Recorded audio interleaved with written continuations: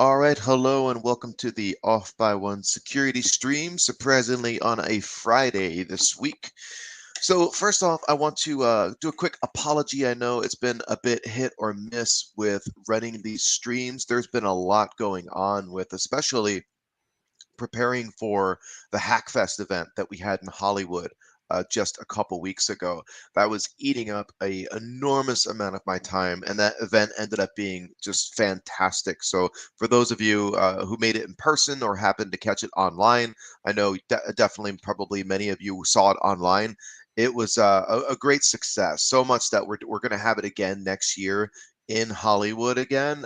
It actually was more successful in LA than it was in DC in Washington all the prior years before that. So we had some amazing keynotes like Chompy and Lena Lau, and we had Connor McGar and Ruben Boone, and a lot of people that have been on the stream already in the past were actually there in person presenting. So I will definitely start marketing that and letting you know about it as we get into mid next year and tell you when it's going to be and all that. But just wanted to give a quick explanation as to where has the stream been. So without further ado, I'm going to quickly introduce our guest, Didier Stevens. So he was, I think, I'm not 100%, but he was either my first guest or second guest, but I'm thinking the first on this stream when I started it just over a year ago. So I think it was like last October 2022 when he was on. And the cool thing about that is the stream wasn't established in any way, shape, or form. I had hardly any subscribers. It was a brand new thing.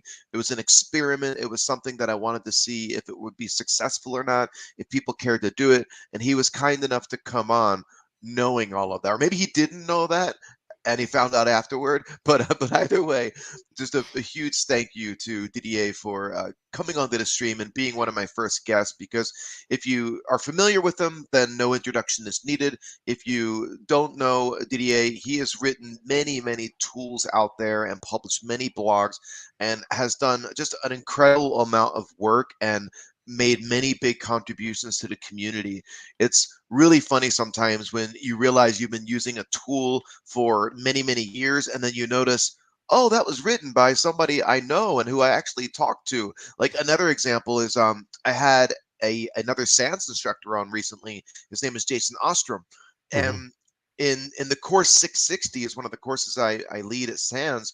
We use this tool called VoIP Hopper, and the tool is about how you can easily jump from a data VLAN to a voice VLAN, because when you connect to a switch port with voice enabled, it's like a uh, mini hub, not hub, but mini trunk, I would say, at that point where you can quickly just jump over. And, he wrote that tool and released Purple Cloud. So it's just so many amazing people out there, and I'm lucky to have them on this stream.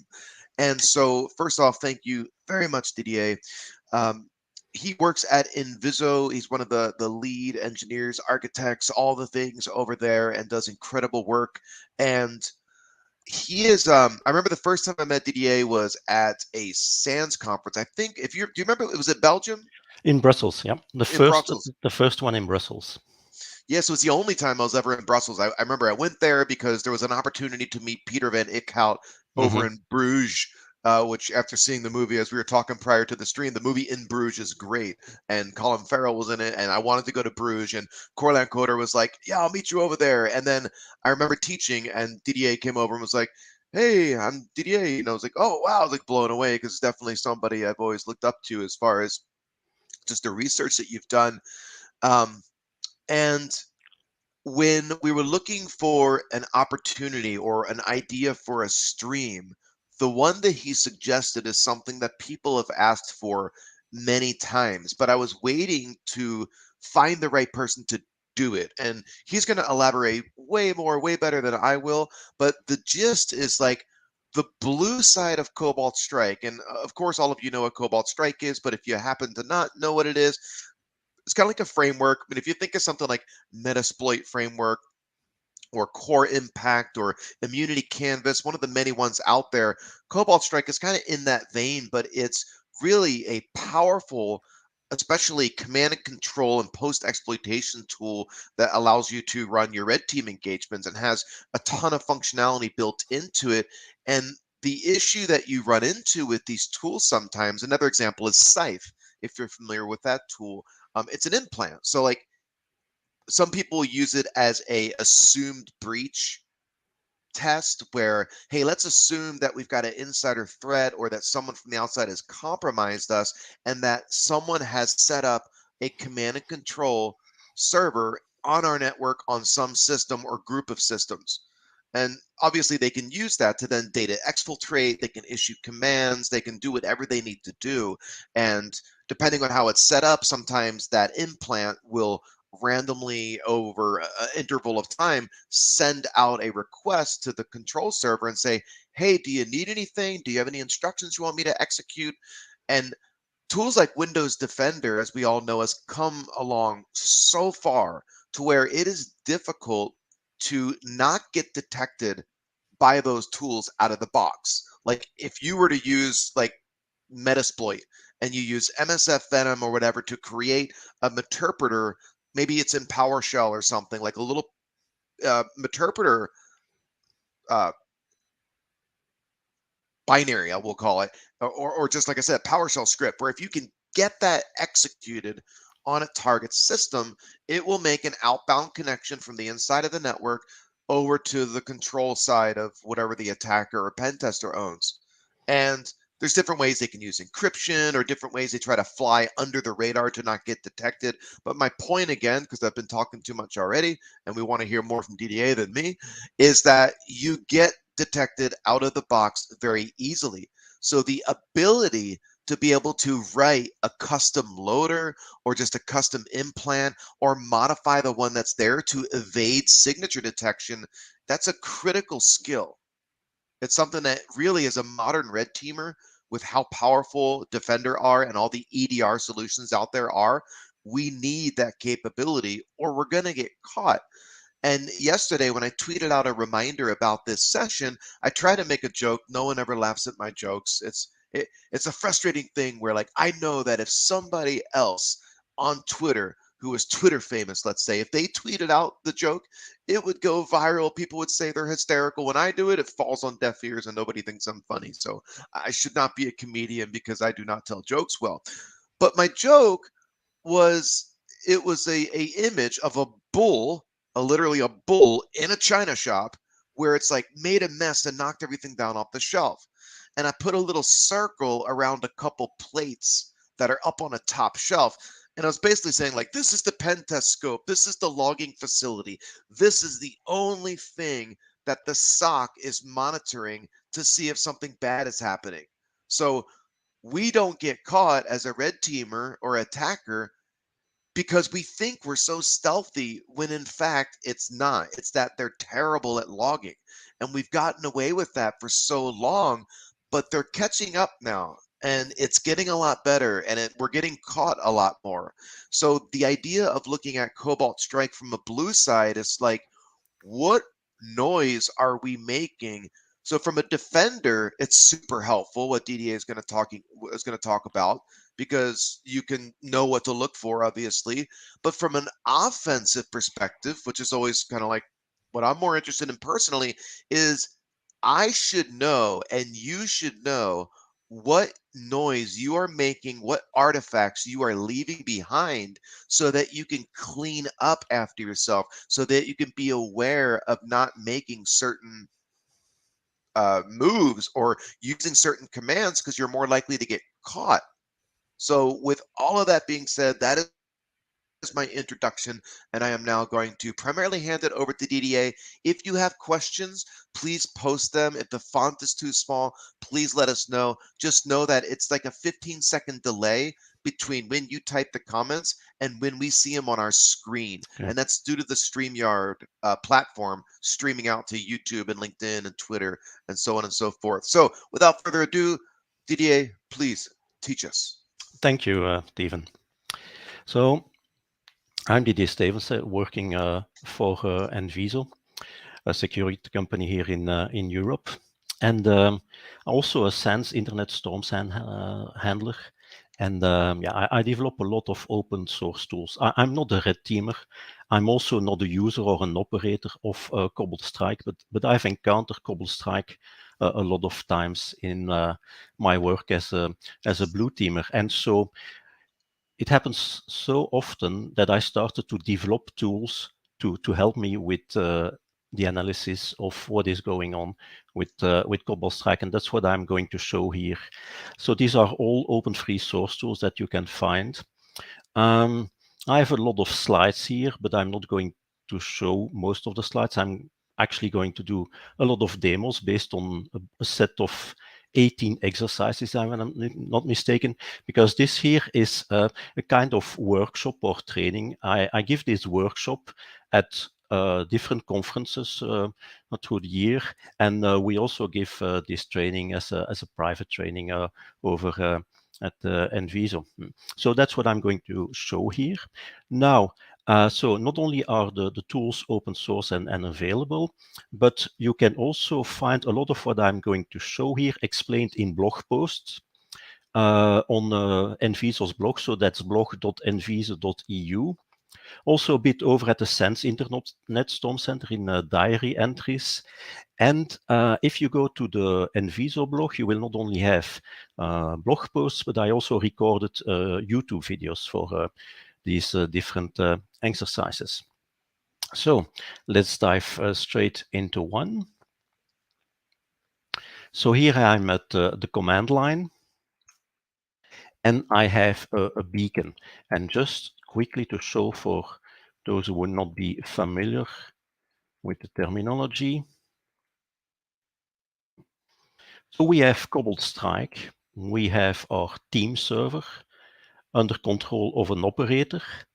The operator generates a beacon, so that's an agent, and then has to make sure that it gets deployed to the target.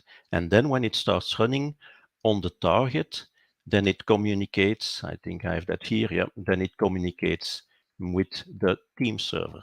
Okay. Now, the reason why I'm talking about Cobalt Strike is, like I said, I encounter that a lot. We encounter that a lot because a lot of criminals use pirated versions of Cobalt Strike. So the beacon. I have a beacon.exe here. It's inside a password protected zip file, password infected. And my tools can handle that. They will extract the beacon from the zip file into memory and then do the analysis. Now, if you use Cobalt Strike, and again, I'm not a user of Cobalt Strike, so I might be wrong on some of the terminology. But if you use Cobalt Strike, when you generate your beacon, you will firsthand have also created a profile with a lot of configurations and also listeners. For example, I register a domain. This is the domain my beacon will communicate to, and so to connect to the team server, and I will then have to create a listener for that domain with a port, a protocol, HTTP, HTTPS, things like that. So a lot of configuration. That configuration is actually stored in the beacon executable. And I have a tool, I developed an open source tool. And also, so I'm talking about my tools, of course, because I developed them, I know them best, but you can find similar tools developed by other developers, also open source tools that can help you achieve the same thing.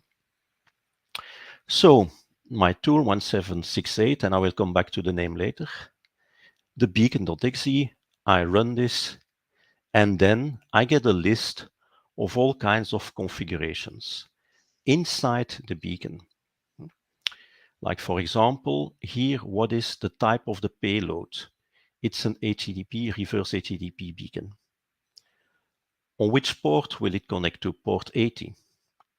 What is its sleep time? Sleep time is the beacon will check in with the team server on a regular basis to see are there any new commands, anything to do. This is here configured to be 60,000 milliseconds, so 1 minute. You can add randomness to that. It's called jitter. Here that is 0. So all that configuration here is just extracted by my tool.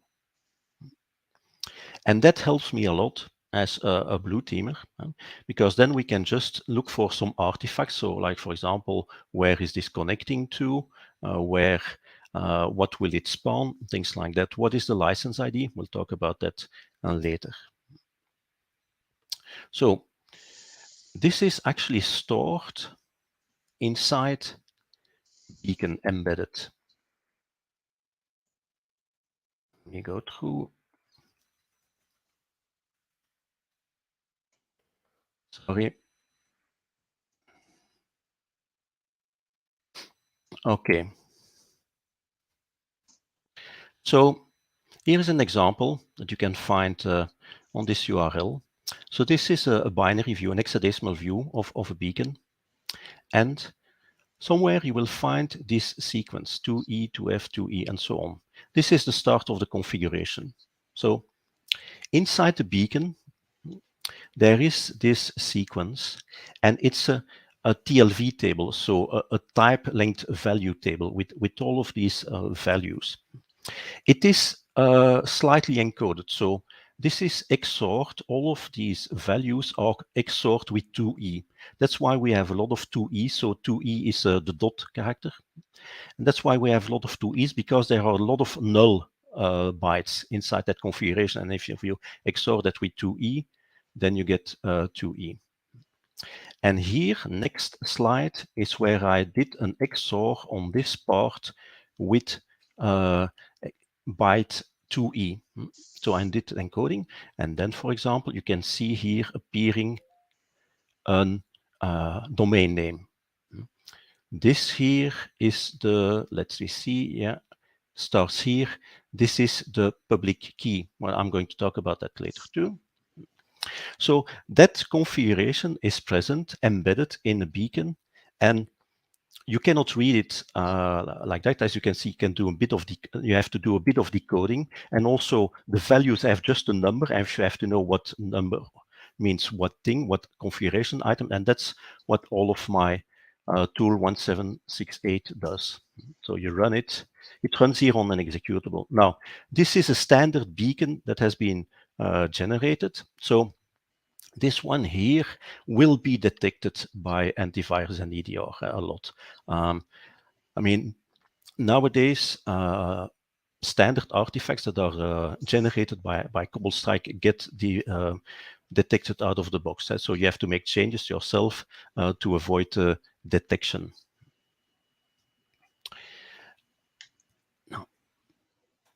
Now, just a bit about the name. So most of my tools have a name that explain what the tools does. Like, for example, OLEDUM, that's to analyze OLE files.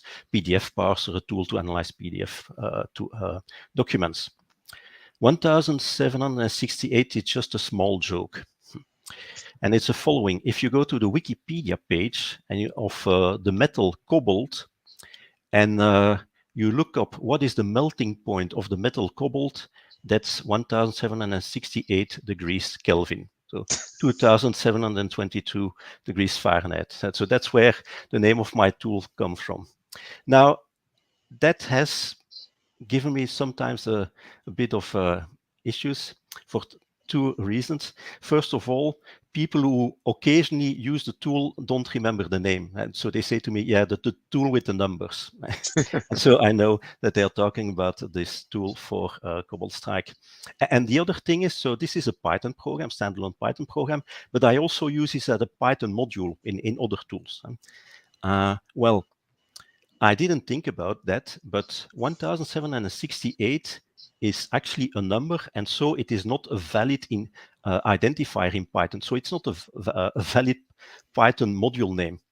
So what I have to do is, when I want to use it as a module, is rename it to M, module M1768, and that's how I use it. Because the tools that I develop, they are used, for example, in SANS trainings and in blog posts.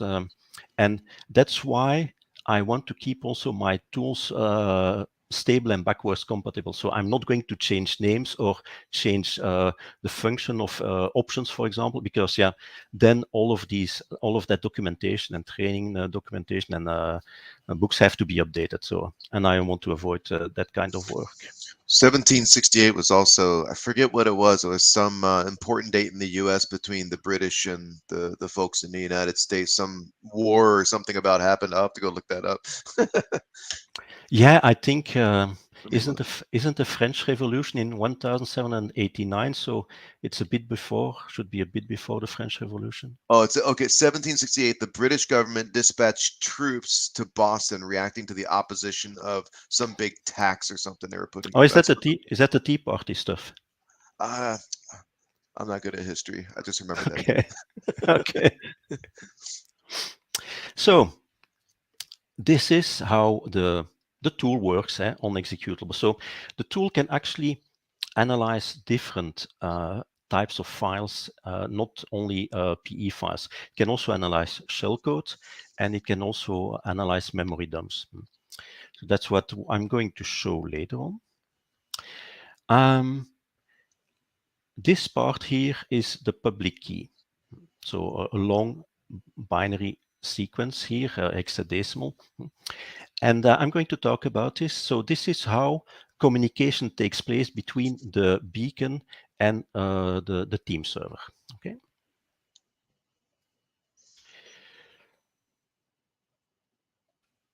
Another example, a quick example, is the following: a Word document. A Word document that contains, again, standard code for beacons. It doesn't actually contain a beacon, but it contains a shellcode for a beacon. So for that, oh yeah, and the analysis that I'm going to do, again, is met with my own tools, but there are different ways, of course, to analyze it. You can do dynamic analysis. Here I'm going to do static analysis with my tools, but you have also other tools like OliVBA that you could use. So it's a Word document. It contains macros. That's what I see here. I select stream with the macros 7, and I decompress the macros, and then I can see the VBA code. And you can see, and if you see something like that, all of these numbers, and you're a bit familiar with VBA malicious documents, then you know that, yeah, this is a payload. Okay. So I have tools to help me analyze these payloads. One of them is numbers to hex.py. And I also like to pipe commands together. I started to work on Unix in the late 80s, and I really got blown away by that paradigm of working with small tools that you chain together to achieve a result. And that's what I also like to do with my own tools.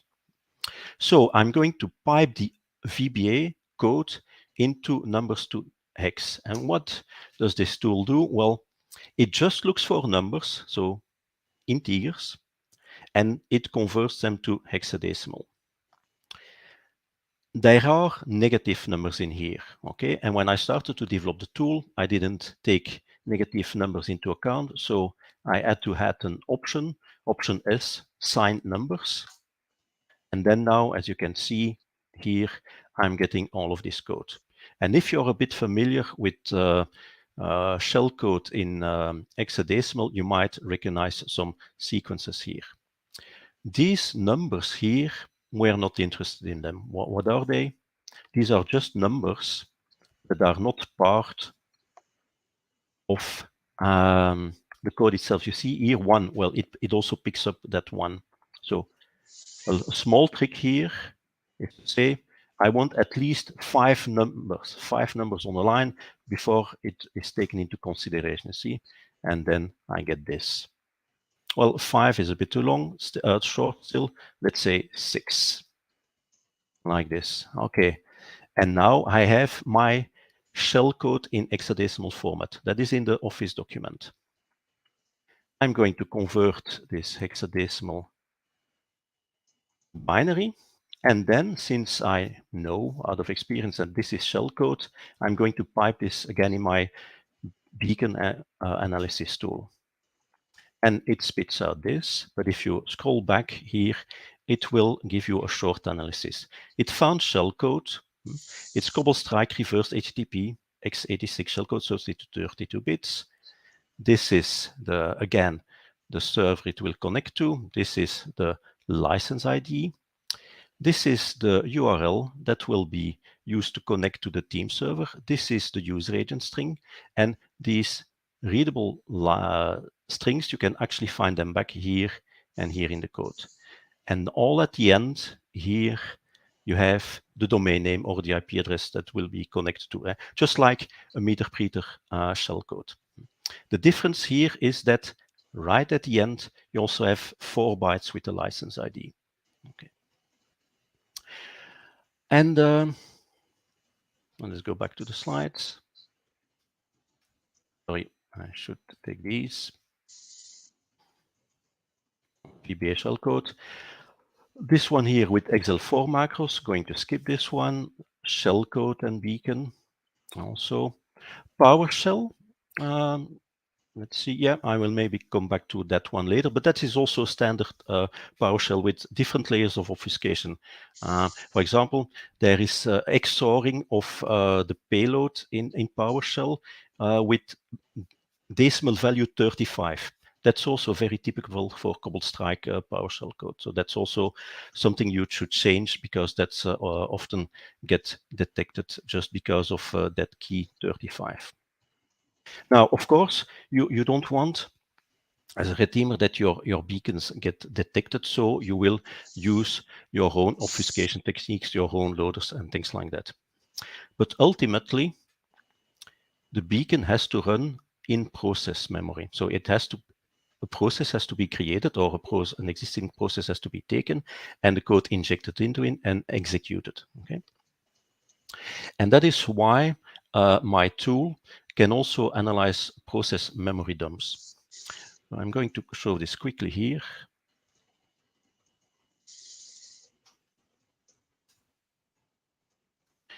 So I have a process memory dump here. So that was just a beacon, anti-update.exe, that was running in a virtual machine. I started in a virtual machine, and then I ran a proc dump from sysinternals to get a process memory dump.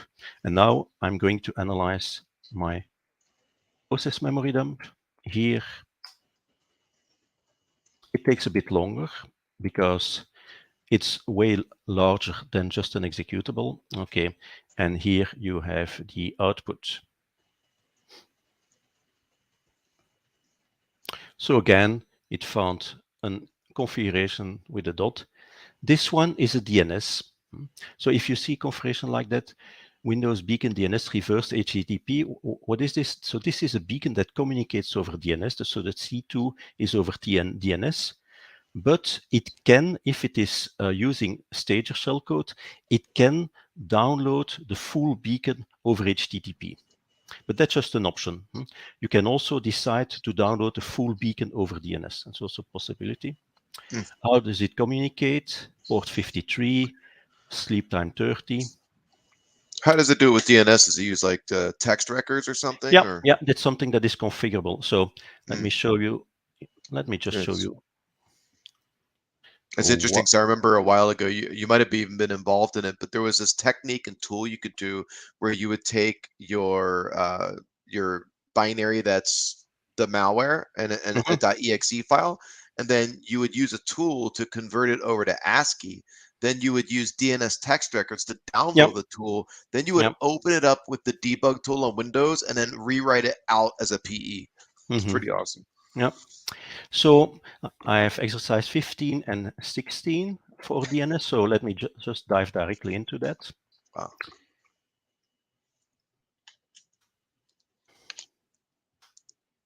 So here I have a capture file. Now,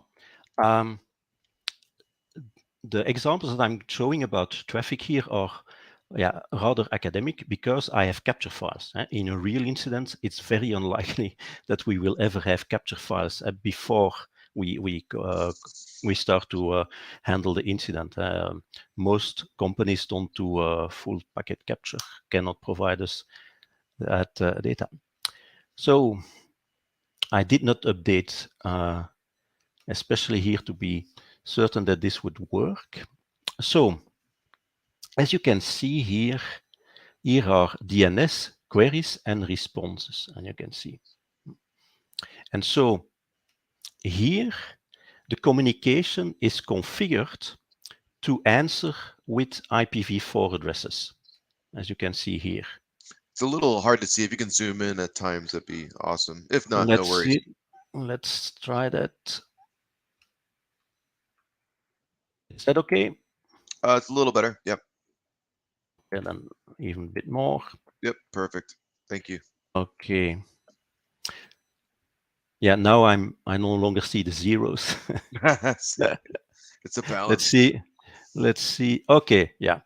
You see, these are answers. So the answers here in this configuration is with IPv4 addresses. So that's just 4 bytes.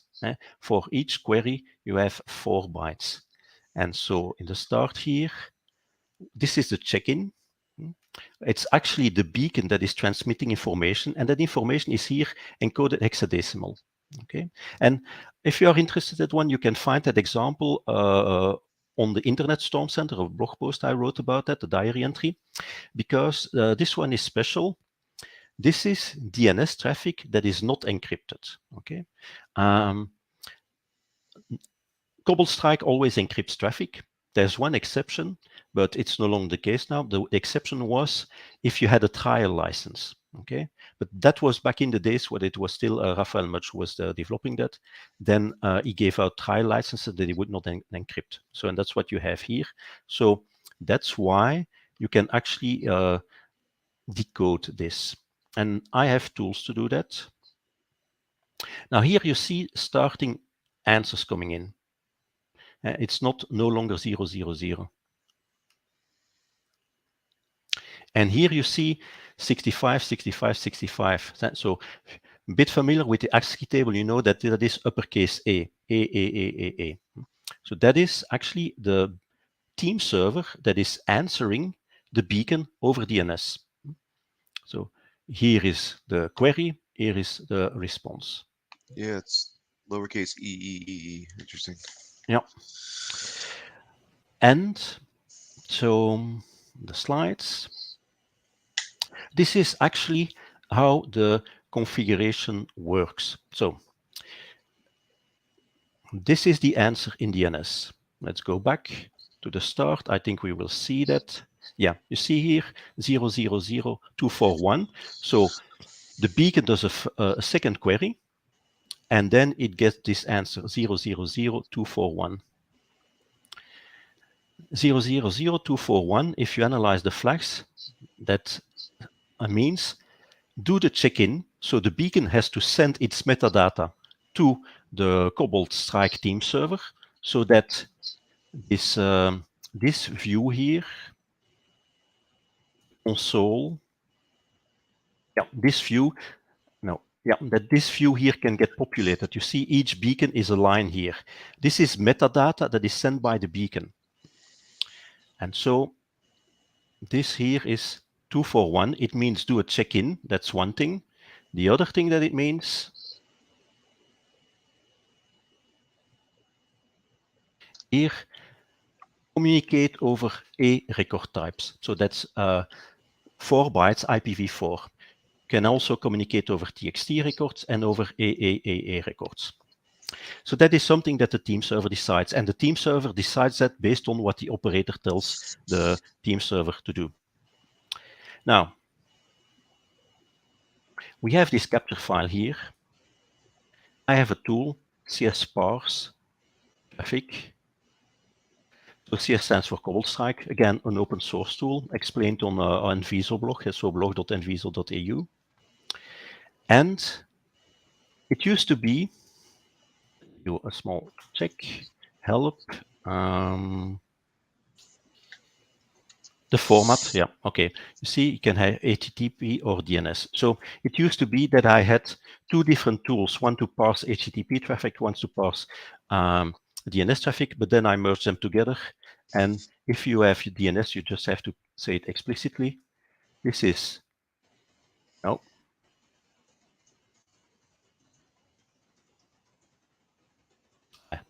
Yes, I'm not in the right folder for the exercise. I should be in 15. That's here DNS.pcap. So that's yes, parse traffic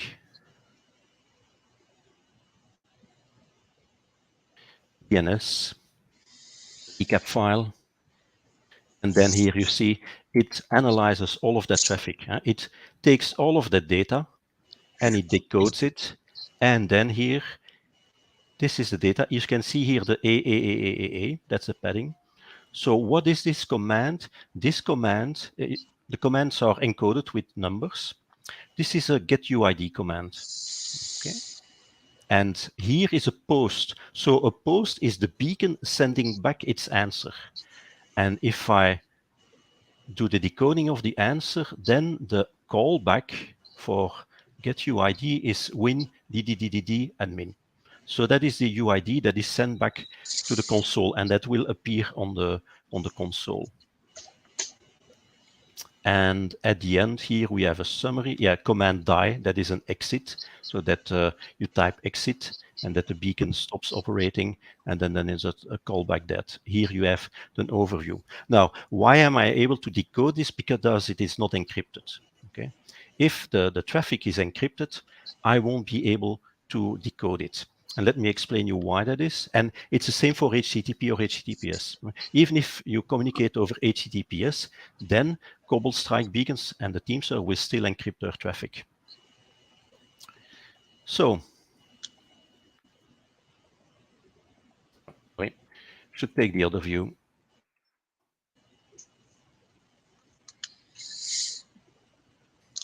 Here we go. Okay. So this is a bit of a diagram that explains communication between a beacon and the server. You have the beacon, the process running on Windows machine. To your left, the server, the team server. To your right. Here I explain it with HTTP, but it works the same way with HTTPS and DNS. The server has a private key, a private RSA key, together with its public key. That key gets generated the very first time you use a team server. So you do an installation of a team server on a Linux machine, you run it for the first time, the team server sees that it has no key, so it generates a random key at that moment. And that is that key that will be used as long as the server exists and you don't delete that key. Okay. Inside the configuration, I talked about a public key. In the beacon configuration, there is a public key. So the beacon knows what the public key is of that server, of that private, the public key associated with that private key. When a beacon starts to run, it passes its configuration, and then it will start to communicate with the team server. The first thing, one of the first thing it does is it will generate a random 16-byte value, because communication actually takes place with AES encryption. So you need a key. And that AES key is just randomly generated by the beacon. So each time a beacon is started, it generates a random key. That key is taken together with metadata, like the internal IP address, the name of the process, the name of the user, all of that information is encrypted with the public key, and then is transformed into a format depending on your profile. If you have the standard profile, the default profile, it will be base64 that is set in a cookie header. And that information is part of a GET. So if it's HTTP or HTTPS, it's part of a GET. If it is DNS, then it's actually part of the CDN, if I'm not mistaken. But all of these things can be configured. Anyways, when the server receives a check-in like that with the metadata, since it has the private key, it can do the decoding. It can decrypt the metadata. And once it has decrypted the metadata, it can display this information here, because that is the metadata. It also decrypts the AES key. And then, once it has the AES key, it will send back commands to the beacon, commands that the operator has typed here. So here you can type commands. As long as the operator doesn't type anything there, the server here will just answer, I have no commands for you. In a default configuration, that means that your data that is sent back of the get is 0 in length. If the beacon receives commands, it will decrypt the commands, execute them, and then post back the results. Most of the commands actually have results that have to be posted back. Okay. It's just like, for example, if you change the sleep time, if you make your beacon interactive, for example, then you don't have a post, but most of the commands actually send back data. Now, it is possible in certain circumstances to actually decrypt that traffic. So, but of course, then you need a packet capture. You need a full packet capture and be able to decrypt it. And what is one of the, let me see, yeah. What is one of the methods to decrypt traffic? Well, it's the following. When I started to do this research about 2 years ago, like I said, a lot of criminals use pirated versions of Cobalt Strike. I started to find on VirusTotal pirated versions of Cobalt Strike that contained public and private keys. So it was not your standard package without the key, but the key was already present. And if the key is already present, once that pirated version of Cobalt Strike team server is installed, it will just use that key. So what I did is download those private keys from VirusTotal and I integrated them into my tools. And so if I find a beacon with a public key for which I have a private key, then I will show that in the output, known private key. And if I know the private key and if I have the capture, then I can start doing decryption. I'm going to switch back to DNS. To HTTP. I'm going to talk about HTTP. And then if we have time, we'll come back to encrypted DNS.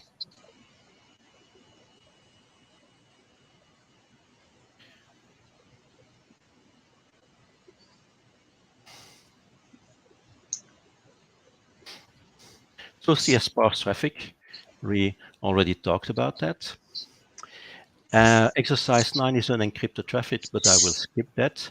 And we will take a look now, exercise 10, where we have encrypted traffic with a leaked private key. So let's go to number 10.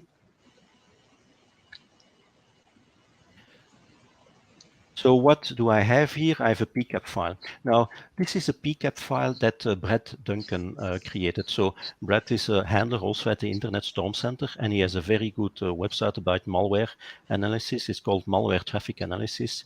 And back in the days when I did research on Cobalt Strike, I used his examples a lot because he has many examples of malicious documents, malicious executables that at some moment, at some time, also use Cobalt Strike in their kill chain. So here we have that PCAP file. Now I'm going to use Wireshark, and I'm going to use the command line version of Wireshark, which is tshark. And I'm going to read that PCAP file, and if I do that, I just get all of this output. And if I say verbose, then I get all of the decoding, all of the decoders of Wireshark that show me all of that information. And what I'm interested in here is the URLs. I'm just going to show you with HTTP here. You see URLs like these. That's what I'm interested in. Because I just have a capture file here, and I want to know, which domain name, which IP address is actually Cobalt Strike traffic.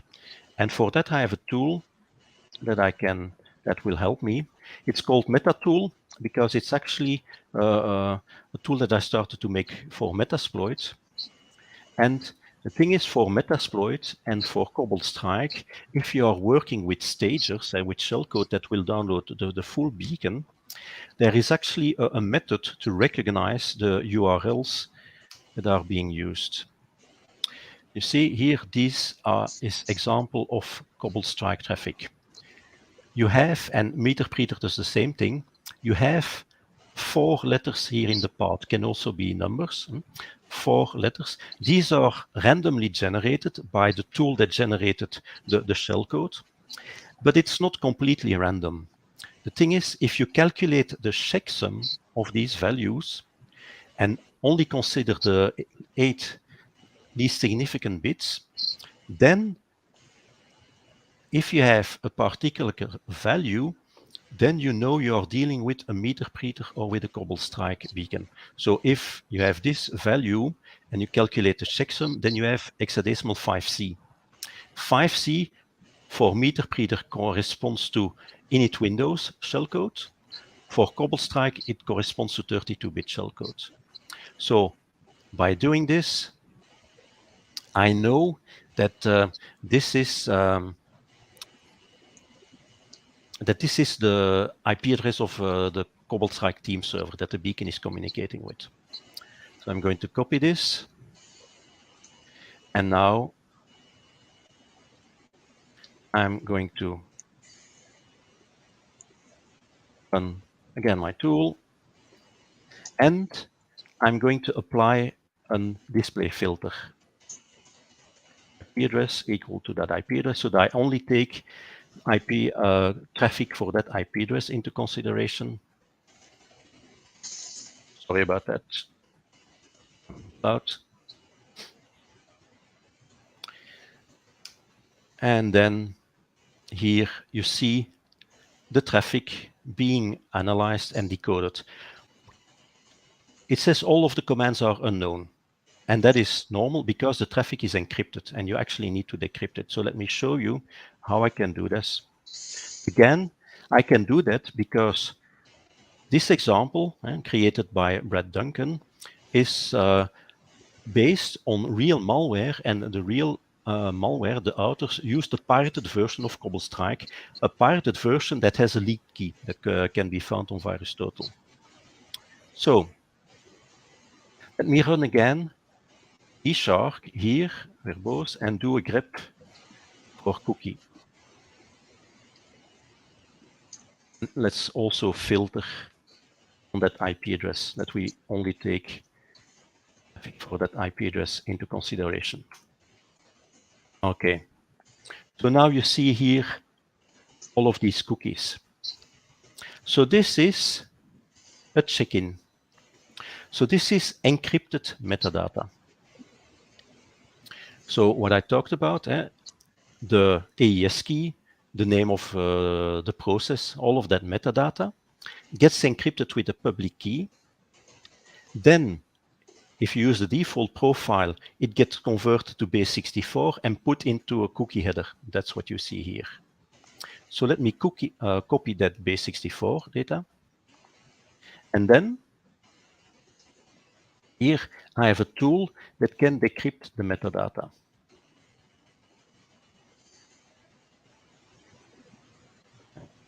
I give it the metadata. Let's run this. And now, so it can decrypt that metadata because this tool knows the public key, sorry, the private key for the metadata. I'm just doing a small dictionary attack. So I have about 9 keys. I try them all. And if it decodes to something recognizable, the header for metadata is beef, so 0000 BEEF. That's how you recognize unencrypted metadata. Then you have the data size. And then here, those 16 bytes, that is the how key. So the random key I talked about, from which the AES key is derived. One thing I didn't mention, it's AES encrypted, but it's also assigned HMAC, and this is the HMAC key. And then you have more information like internal IP address, the name of the machine, the name of the user, the name of the process into which this is running. Okay. I just popped a question up there for you. Someone asked, see what your thoughts are. Yeah.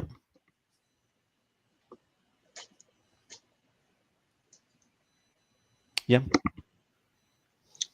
Can you see it, or do you want me to read it? Oh, it's up on, it should be up on the main screen. It's what's the chance to write a custom loader cryptor for Cobalt Strike to prevent this? Oh, the red teams do that all the time. Yeah. Absolutely. You actually have to do it because now all of these things get detected. And Yep. also Cobalt Strike has, I'm not familiar with that, but Cobalt Strike has also the possibility to define your own protocol. That you no longer have to use the default protocols like HTTP, HTTPS, or things like that, but you can write your own protocol. Of course, then on both ends, you need to write code for the beacon and for the team server, but that's possible. But I'm not familiar with that.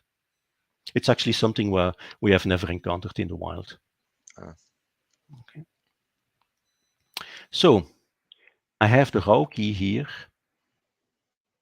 So I take the row key and I will go back here to my command where I just ran the parser on the encrypted traffic. And now I'm going to say, this is the row key. And if I run this, then you can see all kinds of information being sent back between the team server and the beacon. Yeah, because of the font size, it probably already scrolled past. But here you can see command sleep, 100 milliseconds, 90% randomness. So that is interactive mode actually. So the operator here decides to go to interactive mode. Then operator did an ls command, so a dir. And that's the result that it got back. So what you see here is actually from the honeypots that, well, no, not the honeypots, but the analysis machines that Red Duncan is using. Okay, so all of that information that gets sent back. Okay, here we have even more information. It's still analyzing all of that traffic. You will see, if we arrive at the end, that the operator here, when that beacon was running in that sandbox, that the operator also performed a port scan. So Cobalt Strike is able to do many things. One of the things you can do is do a port scan. But the thing is, the code, the functionality to do a port scan is not inside of the beacon. If we have to do a port scan, then what will actually happen, and you can see that here in the commands, but because of the font size, it might be hard for me to find it back. Let me just run the command again with more while I do explanation. So yeah, it's the following. The team server will send out over a DLL to the beacon. And it will do a reflective load of that DLL, and that DLL is actually able to do a port scan. And so that's how the functionality is transferred to the beacon. And that is also something nowadays that with Cobalt Strike you can write your own kinds of payload for that.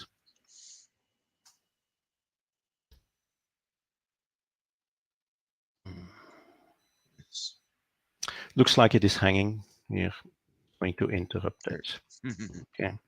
So let me come back here.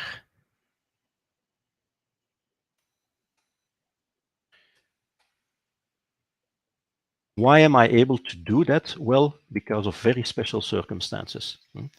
One, we have the capture file. If you don't have the capture file, then you have nothing to decrypt. Second, I also have the private key to do the decryption. Why do I have the private key? Because they are using pirated versions that can be found on VirusTotal and which have private and public keys that have been published. So that is the reason why I can do that. If you don't have a leaked private key, there is another possibility, but it's also quite academic because in real life, the chances of you having a situation like that is very small. And it's a following. The random key and the AES key and the HMAC key is also in process memory of the beacon. So if you can take a process memory dump of the beacon's process, then you can, with this tool, CS extract key, try to extract the key from that process memory. And once you have extracted it, then you can again decrypt the traffic.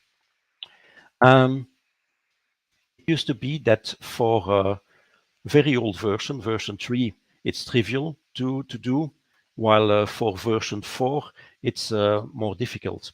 The reason is in version 3, there were some headers that told you this is the private key. Sorry, this is the AES key.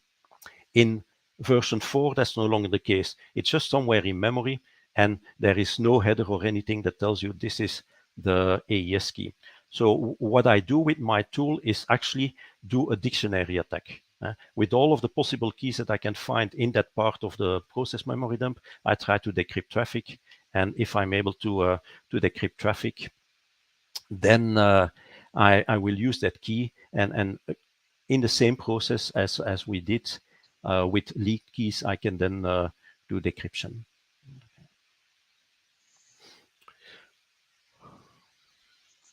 And we can actually do the same for encrypted DNS. The principle is actually the same. The communication actually takes place over DNS, but the hexadecimal values that you see there are actually no longer clear text. Now, to avoid that metadata and the configuration and things like that get extracted from process memory dumps, you can work with a sleep mask. So that's a configuration that you can do.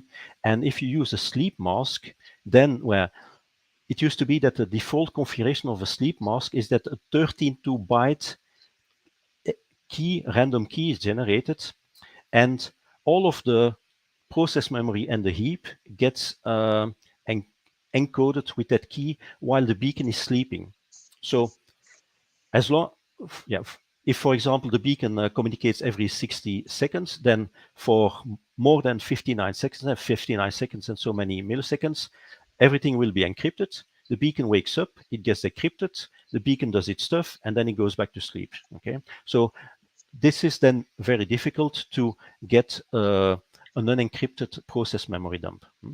If you go into interactive mode, of course, then you have way more communication, and then the chances of getting a process memory dump without encryption here of the process memory, encoding of the process memory is way higher.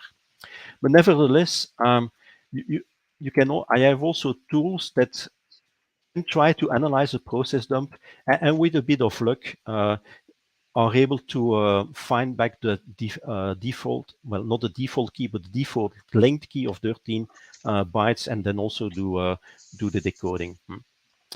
Now, like I said, most of this is actually academic, because as a blue teamer, it's very unlikely that we encounter such a situation. But the thing is that by writing these tools and trying to understand how the communication works between Beacon and Cobalt Strike team server, I'm also able to better understand other logs, like proxy logs, for example. Now, if you have a default configuration and or your own profile, but you don't use any randomness, add any randomness to the communication, then if you look into the proxy logs and you see the beacon beaconing and do a regular gets, but you see that the answer is also always 0 data, then you know that no commands have actually come in. Okay. If you see something come in, then you might think, okay, this is a command, and then you will look for post events that follow that. If you have post events that follow that with quite some data, then you know that actually commands are being executed. And so you don't know what is happening, but you know that there's actually communication taking place and that an operator did something with the beacon running on a compromised machine. Have you? You've been saying, using the word academic and stuff before, but have you in the wild with any client engagements or anything seen? I mean, been able to detect anyone using Cobalt Strike, using these tools and techniques that you're mentioning? And then the second part of that question is, how many or what percent do you think of people using the tool are actually intentionally going through and changing it up to make it more difficult to get detected if they were being looked for? It varies widely. It varies widely. I regularly see Cobalt Strike being used. but a lot of the operators that are using know very, very little. They are just able just to make some basic commands. Yep. Sometimes what I even see is, okay, they have compromised the machine, Cobalt Strike runs, and then the first thing they do is install Team Server. And then they start to use a graphical user interface to communicate with the machine, to do all of their things. They no longer use a Cobalt Strike. But you have more sophisticated, and then especially when we we handle red team engagements, then the beacons can be so obfuscated then that it's not actually possible to do uh, static analysis in an acceptable time and cost, and then we try to do quick dynamic analysis. But that also regularly fails because these operators are very sophisticated. Yeah, I was gonna say, like, using my silly joke and example from earlier, where I was saying, historically anyway, we tend to not get caught because Mhm. organizations are not so good at monitoring what they're supposed to be monitoring, or Yeah. they don't have their dashboard set up properly, and they're missing things. So, like, doing tech, doing red team tests or assumed breach tests often works due to a lack of them checking. So, I guess the sophistication level of the average Cobalt Strike or person who's setting up C2, they don't typically have to worry about No, putting much effort into hiding. no, indeed. And let me show you this slide. So like if you're someone who actually takes the time to actually learn what the tool is doing and not just using the tool and make a minimal effort to try to hide yourself a bit, it'll probably pay huge dividends, right? Yeah, yeah, absolutely. Because you can, for example, there are examples of malleable profiles on GitHub, where you can, for example, shape your traffic just like it looks like pictures are being sent over JPEGs. Because the thing I didn't talk about, but it's something I can also handle with a tool is I'm drawing a blank on the name, so I have to find it. Data, that's it, transforms. So what I showed here is default, but in your profile, you can do all kinds of transformations. So for example, you can say um, the when the server responds, it has to respond with these headers and then with a JPEG image. And so the normal headers for a binary JPEG, and then you have the image itself in the JPEG, and then at the end of the data of the compressed data of the JPEG, and before the end header, there you will inject extra bytes, and that is actually the encrypted command. And so at the other end, also in the configuration, the beacon knows about that data transform that it has to do. So it will receive that picture, extract that part, do the decryption, and have its command. And so if you observe that traffic in a proxy log, you just see requests for pictures, and that's it. Yeah, I've absolutely been hearing a lot more from certain groups about steganography coming Yeah, back again for that exact purpose. yeah. So if I run my tool here, Oh, and somebody asked, where do I get the tool to analyze the beacon, please? if you go to two places. So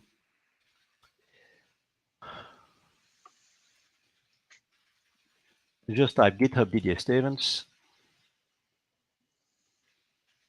and here Yeah, you okay. see it appears here. Here you have, it's a set of all of my tools. And if you go to blog and Viso, Cobalt Strike, here you see I have a series here of all the Cobalt Strike stuff that I did and publish. Perfect. I just posted it Just into the chat. blog.nviso. Yeah. So here the analysis. Okay, you see here malleable C2 instructions. So here it just says input. So that means that there is actually no transformation. Here for the header, you see the metadata has to be put in a cookie header, MB64 encoded. These are all things you can configure yourself. That's done through malleable profiles. And then you can shape the traffic in any form that you want to. Nice. And it also applies for the different protocols. That's great. A little bit of a side note, but a couple years back, I think it was at Hackfest one year, a good friend of mine, Wasker Tejeda and Petrolsky, they put together a way to do command and control over the use of modem noises. So in like Okay. air-gapped environments where they proved that like they're in one room and then in another room and the computer was making modem noises and it was picking up and decoding on the other side. It's so awesome. Yeah. I might, let me just check. There is also, for example, Dropbox, but I don't remember if it was Empire or Cobalt Strike. Yeah, okay, yeah, you see you have examples, Cobalt Strike.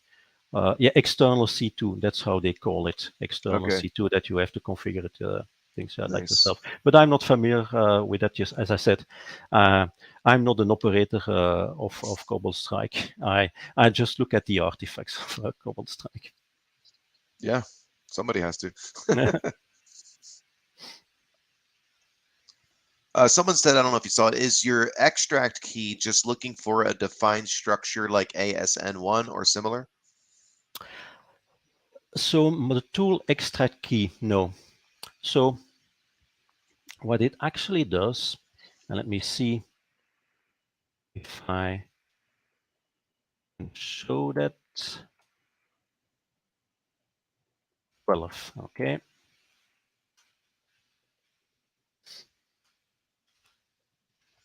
So the key itself, so I'm talking about the AES key and the HMAC key, has no ASN1 structure or whatsoever.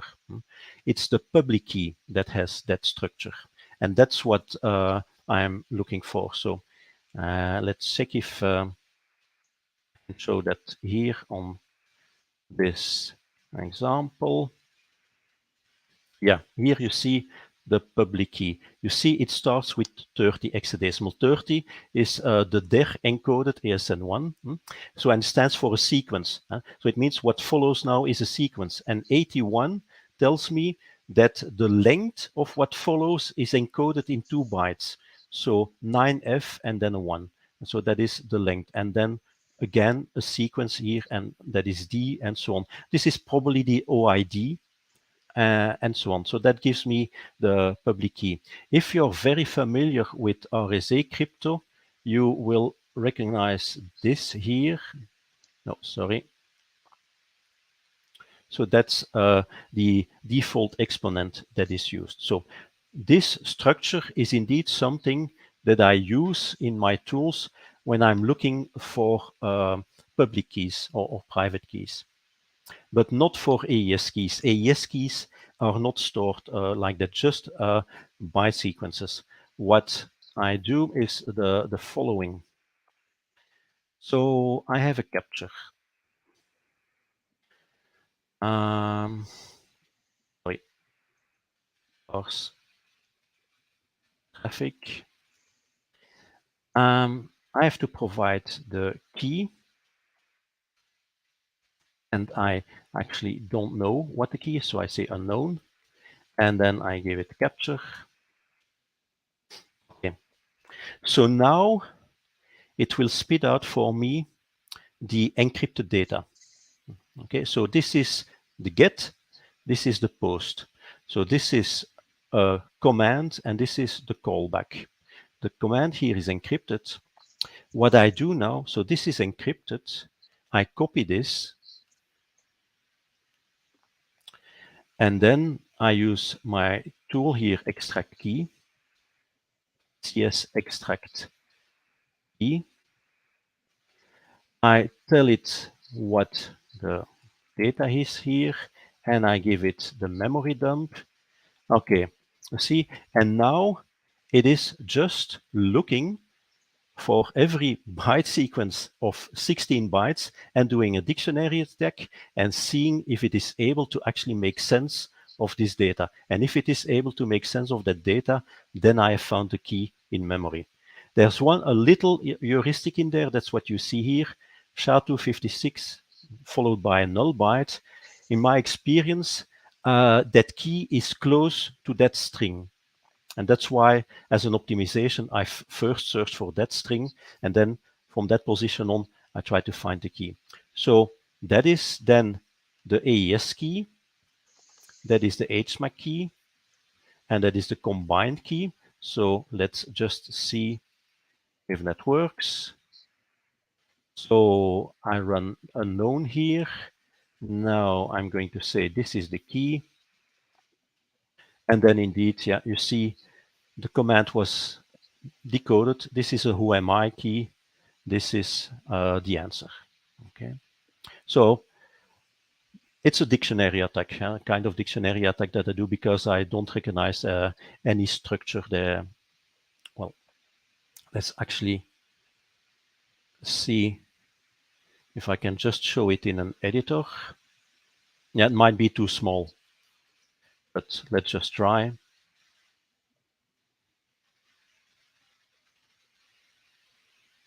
No, wrong window.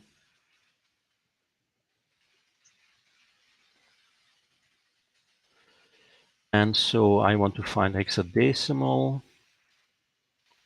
What I want to find is that HMAC key, for example. Here, let's see if I can find it. Okay, it's here. You see, in front of it, just null bytes, and here some other bytes. So I did not find any recognizable structure. Maybe there's a pointer to it. Maybe there's a pointer to it somewhere in memory. But so what I do is I just extract all of these byte sequences and see if I can decrypt something. And of course, that doesn't always work. Things like that fail. This is, yeah, this is this is detection and analysis, and that's just an arms race. Once new techniques get developed or other methods are used, and it no longer works, and if you don't update your tools, yeah, then they are not able to deal with those new techniques.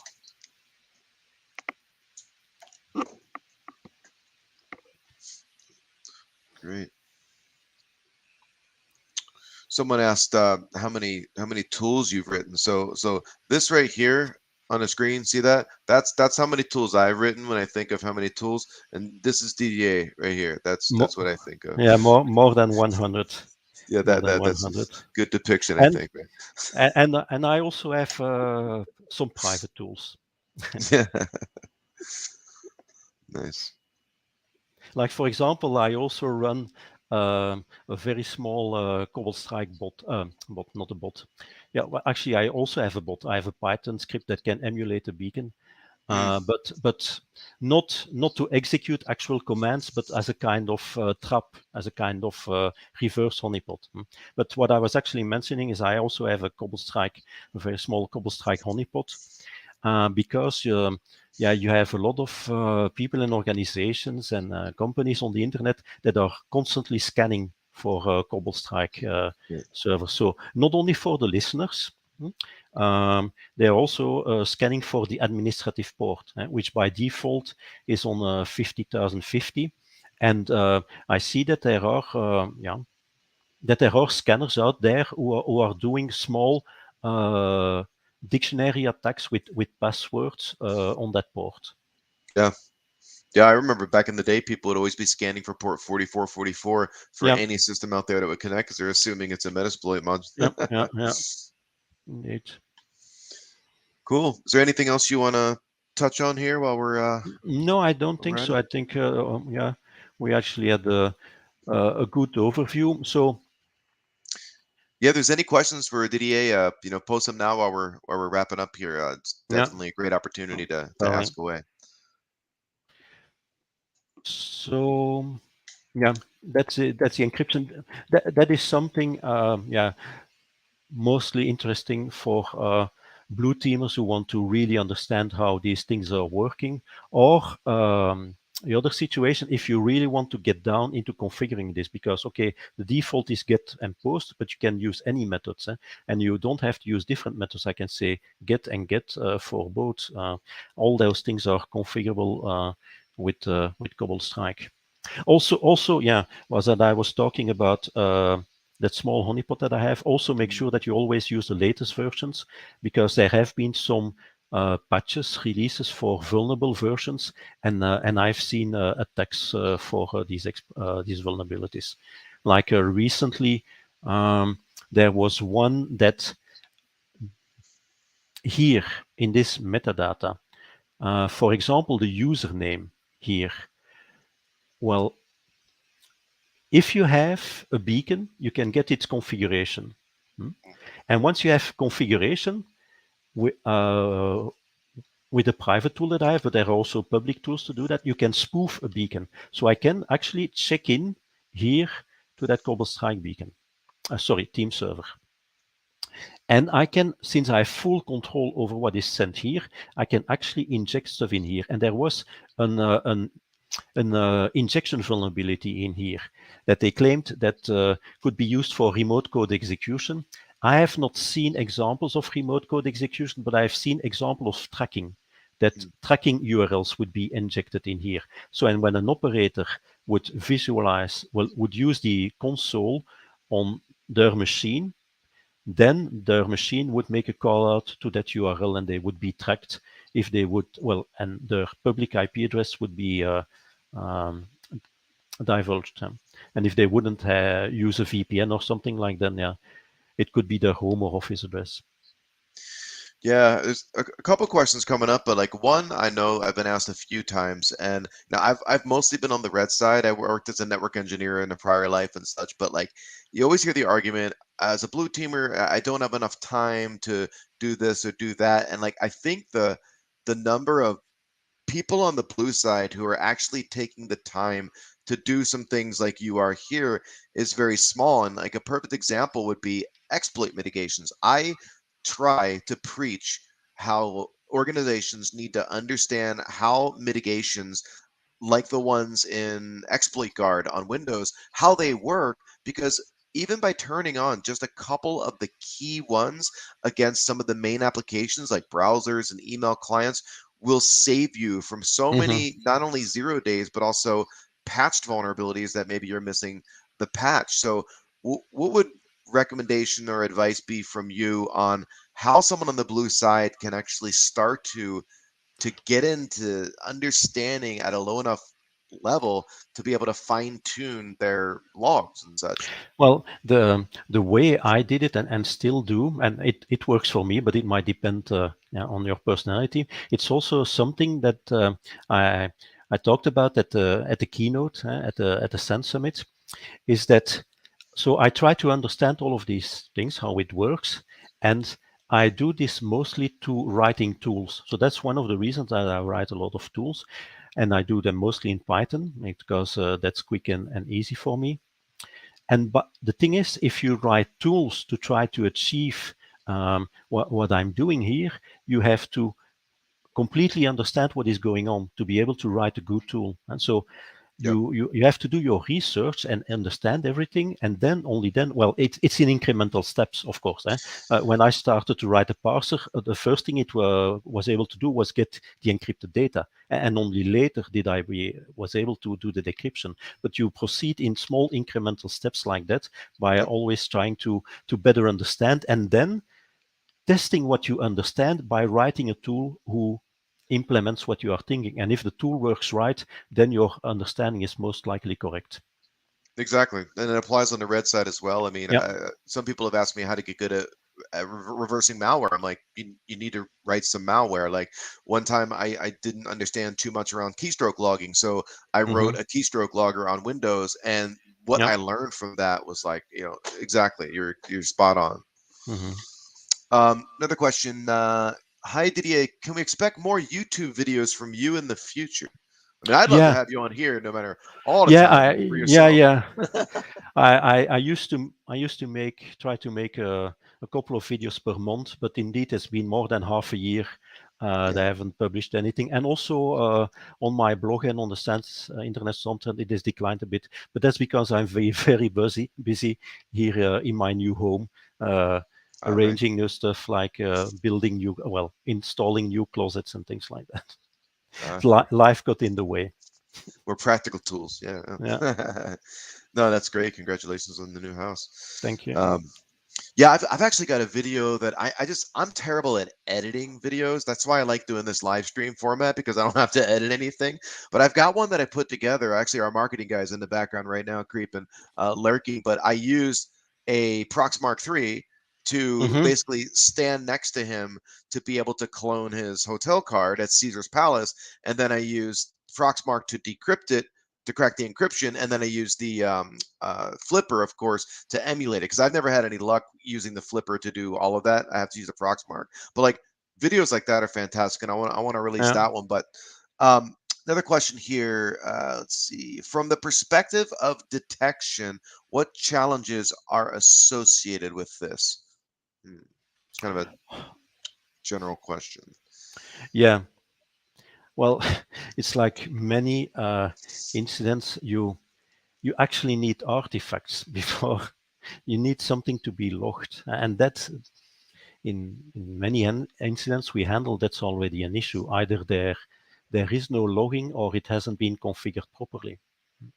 Uh, we we Yeah, have we have, for example, had organizations we helped who, or that I also helped to Internet Storm Center, that have nothing else logging at all. So, for example, they have a proxy, but logging is not configured, or it's just configured to keep an hour or two, and that's it. So that is already the the very first challenge is just having logs.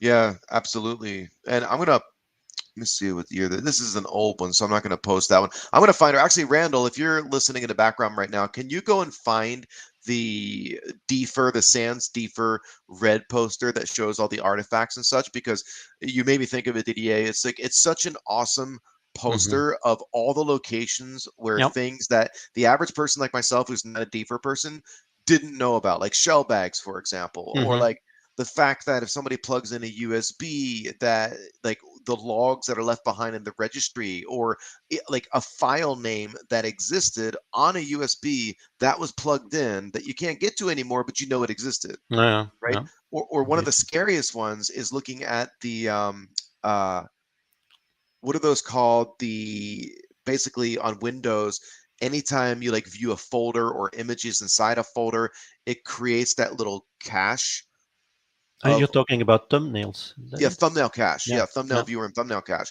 Like Yeah. that blows people's minds when they see the artifacts that are left behind. Like I viewed that thing 3 years ago and it's still sitting there. Hmm. No, indeed. Yeah. Okay. Another one here. A couple of them. Do you have any insight on how much time it takes to reverse Cobalt Strike versus others like Sliver? That's a tough one. No, I didn't even reverse most of Cobalt Strike. I mean, I just get the beacons and I just did a bit of reversing to understand how it works because, well, I think I've encountered Cobalt Strike about 10 years ago for the first time and never heard about it. So I really had to do a reversing of the executable, the Windows executable, and it was with several layers of obfuscation and things like that. But it's later on that I started to understand that there was a configuration in there, and then I just focused on getting out that configuration, you see, and defeating the different layers of obfuscation. Yeah. Because it's actually always the same. Well, no, depending on 32-bit and 64-bit, okay, there are differences, but it's actually always the same code.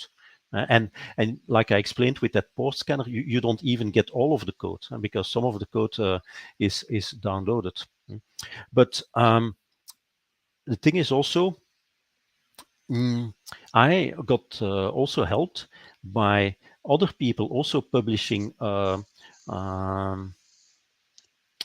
open source tools to do that. Well, as far as I know, the very first one for Cobalt Strike was from JP CERT, the Japanese CERT, that explained some of the configurations and how to find it. And that's one of the things that got me started with my tool.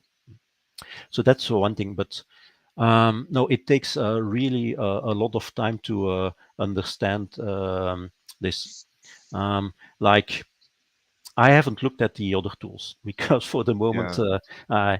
I have no time at all to spend. But yeah, we're easily talking about hundreds and hundreds of hours of Oh, research and code. Yeah, yeah, and coding all of that stuff. I can spend a lot of my spare time on that because I like it. I have no children, and my wife, when she watches television, she doesn't expect me to sit next to her and also watch television. So at that moment, I have free time to do a lot of coding, and I like coding, and that's how you achieve to Yeah, get so many tools in so much time. But yeah. When our daughter came along, I had to give up gaming, so I had to stop playing Halo yeah, and Skyrim, and it was painful, but something had to go.